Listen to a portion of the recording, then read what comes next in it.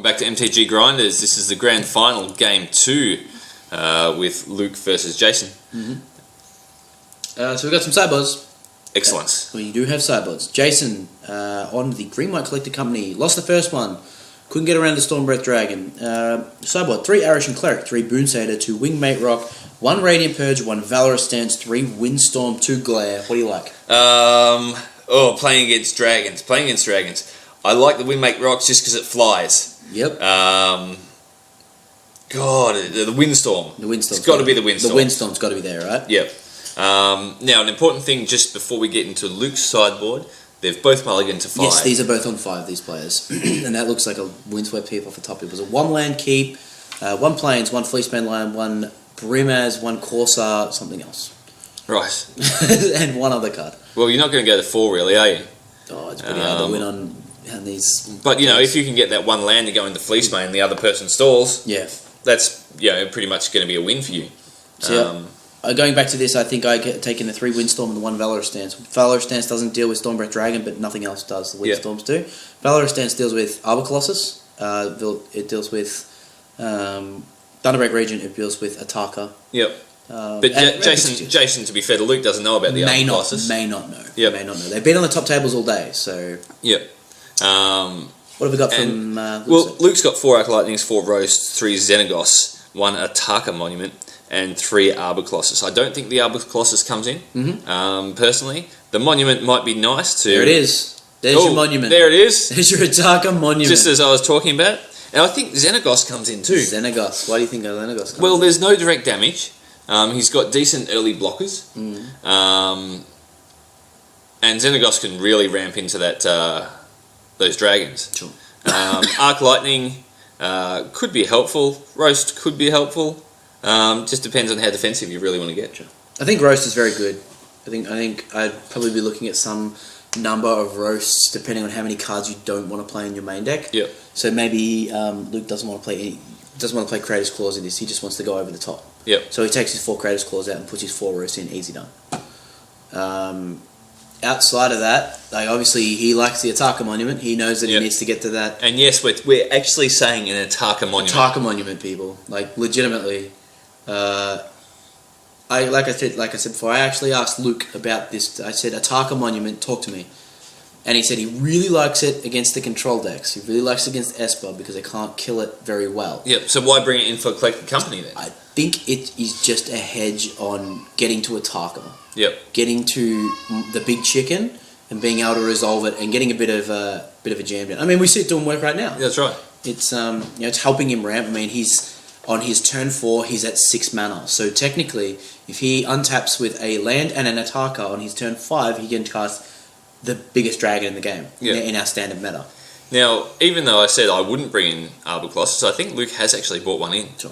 It's a pretty good blocker. It's a huge dude. An excellent blocker. It dies to it dies to everything though. It does die to Hidden Dragon Slayer. It does die to Valorous Stance. It does die to maybe not Dromekus. It does try to the combination of Dromekus Commander and Deathmist Raptor. Deathmist Raptor. But then again, everything does. So I was going to say, most things do. Everything but Stormbreath Dragon or anything else that says Pro Wild can't be targeted. That's right. And Luke did scry a land to the bottom. Yeah, I think he has a forest in hand. Yep. So I think he's just waiting for the haymaker. Sure. He's got everything he needs. Yep. And so how does the Collected Company go about winning this match? Well, you can monstrous your Fleeceman line right now, and that is a very good way to win a lot of games of Magic. Yep. You do have Corsair, you do have Filter and stuff, and you do have Windstorm. And a monstrous Fleeceman line does take out a Storm. take out a Thunderbreak. Yeah, that's right. There's a Valorous Stance that gets rid of the Thunderbreak region. Yep. And come in. I think you might even attack with the Elfish. The Elfish Mystic as well. Is the Selfish Mystic coming in? No. No.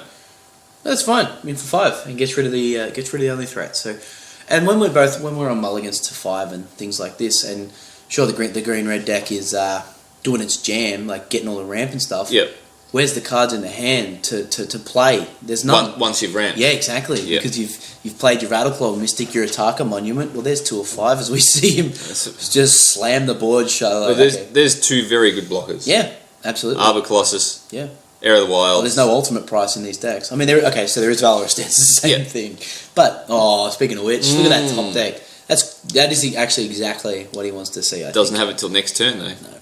But he's not dying in life. Why does he care? That's it. He can monstrous his Fleece Mane in the end step. This is a morph down here as well. Do we know what that is? Is it a hidden Dragon Slayer?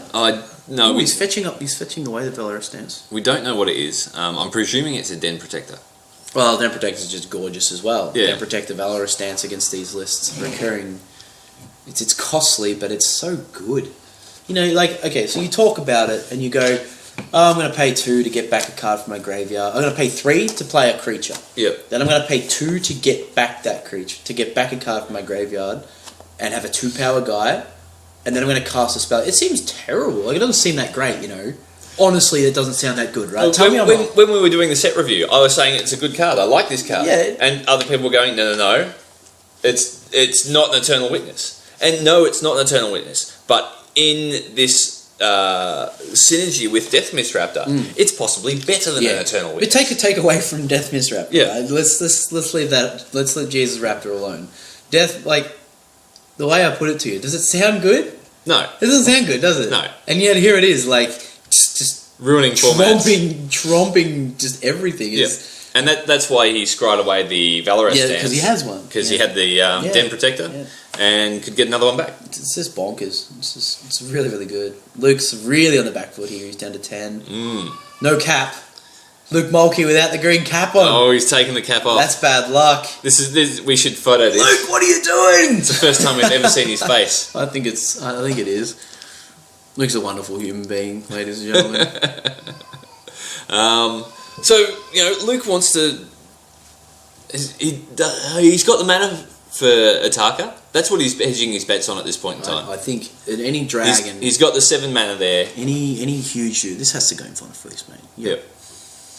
Take 5, down to 5. Down to 5. It's pretty much Ataka or bust. He at this point in can time. wake up his Dromoka's monument. Oh, yeah. Sorry, his Ataka's monument. Oh, he just drew. Come on, and baby. Come on, baby. That's what he says. Ooh, Arbor Colossus. That's all right. So there's a second Arbor Colossus. So you could probably make a safe bet to say that he bought in all 3 Atakas. Yep. Sorry, Arbor Colossuses. And As so we see Anafenza Tree Spirit off the top. he's got Brimaz in hand, Yeah, it looks like Brimaz, a land, a temple, and a Corsair. of course. And he's just gonna go. He's Yep. just going to put them both out, Look at my horse. My horse is amazing. and he's just going to try and go wide enough that he can punch through the last 5 damage. Plays the Corsair before he plays the land. Gets Yep. that extra life. I don't want this. Don't want that. Give me something else. And it's a land.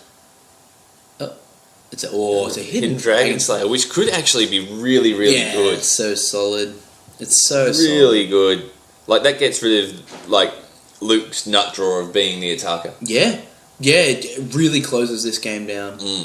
It really closes this game down. Like you could have quite easily left the Anafenza on top and gone, "Yep, that gives me an extra threat." Yeah. But he's made the brave move of going, "No, I don't want that. I want something else." You could have whiffed into a land. We haven't seen any roasts from Luke out of the sideboard yet, so we have seen the Ataka's monument and no other sideboard cards. And the Arbor Colossus. Yeah. So we can make a safe assumption that there's 4 cards there. But We haven't seen any. Luke has drawn his card. He knows whether he's going to win or lose. He seems resigned to the fact that he's going to lose this particular match. I think if he had anything worthwhile, he would have put it out because a lot of his deck is played on his turn. Collected company up the top. Play a morph. Reveal the morph. Kill your Arbor Colossus. What have you got? Kill it. Yep. Attack with a bunch of guys. And we'll throw the English army at you. And yep, okay. There's a scoop, and we'll have a game 3. Good game. Well played. That's going to be excellent.